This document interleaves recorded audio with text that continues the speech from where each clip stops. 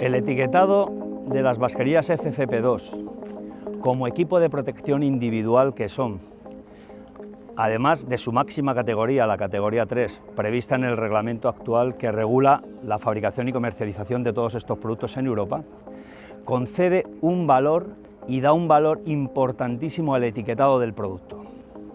El etiquetado del producto es un elemento casi tan importante como la propia mascarilla, porque, como todo el mundo sabe, el potencial usuario del producto tiene que poder identificar aspectos importantes de ese producto.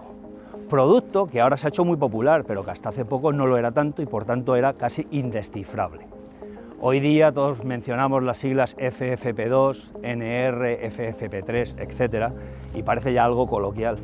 Pero detrás de estas siglas vamos a decir que hay toda una regulación muy importante a nivel europeo y a nivel español.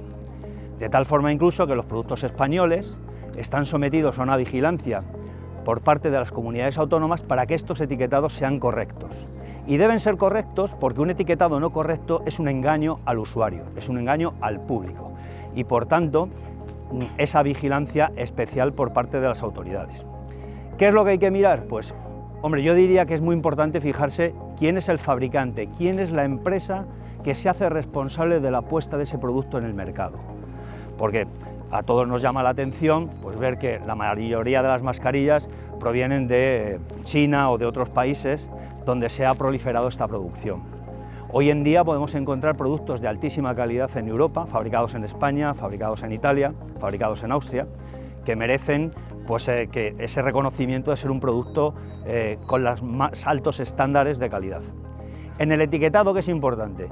Todos vemos que aparecen unas siglas redonditas que son una C y una E, que es el acrónimo de Comunidad Europea, y seguido de un número de 4 dígitos que identifica al organismo notificado europeo que ha autorizado a ese responsable que decíamos antes de su comercialización para poner ese modelo, ese producto en concreto en el mercado.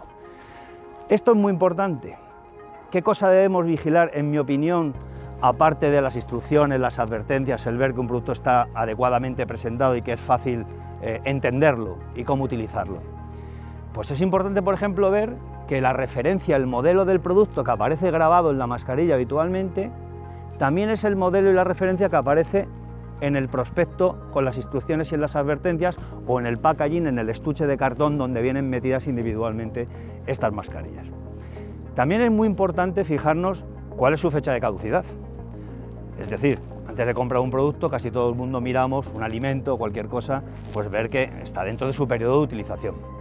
Y después hay otros aspectos importantes como puede ser, por ejemplo, que el fabricante nos informe acerca de el tiempo que debe ser usada, cómo debe ser usada, cómo se debe uno desechar de esa mascarilla, las medidas de higiene y de profilaxis que debemos tener antes y después de utilizarla.